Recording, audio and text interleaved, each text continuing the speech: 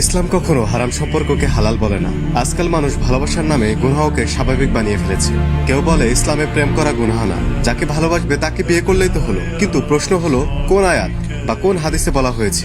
আল্লাহ তাআলা বলেন, তোমরা ব্যভিচারের কাছেও যেও না, নিশ্চয়ই এটি একটি অশ্লীল কাজ এবং নিকৃষ্ট পথ। সূরা আল ইসরা আয়াত নং ৩২। শয়তান কখনো মানুষকে সরাসরি বড় গুনাহে ফেলে না, বরং ধীরে ধীরে হারামের দিকে টেনে নিয়ে যায়।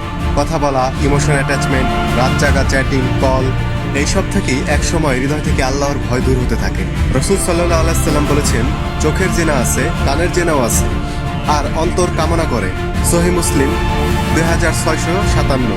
তাই বিয়ে করবো তো বলে হারাম সম্পর্ককে জায়েজ বানানোর সুযোগ নেই, কারণ ইসলামে ভালোবাসার পবিত্র পথ হলো হালাল নিকাহ। যে সম্পর্ক আল্লাহকে খুশি করে না, সেখানে কখনো প্রকৃত শান্তি থাকে না। আর যে ভালোবাসা আল্লাহর জন্য ত্যাগ করা হয়, আল্লাহ তার বদলে উত্তম কিছু দান করেন। আমার প্রতিটা পোস্ট শুধু সেলফ রিমাইন্ডার, কাউকে নসিহত দেওয়ার মতো যোগ্যতা আমার নেই। আমি নিজেই দিনের ব্যাপারে অনেক উদাসীন মানুষ, তাই আমাকে দিনদার ভেবে নিজের মনে কষ্ট রাখবেন না। যদি আমাকে কোনো লেখা বা পোস্ট দেখে আপনার অন্তরে আল্লাহকে স্মরণ করার অনুভূতি জাগে, তাহলে সেটাই আমার জন্য অনেক বড় একটা পাওয়া। জাযাকুমুল্লাহ খাইরান।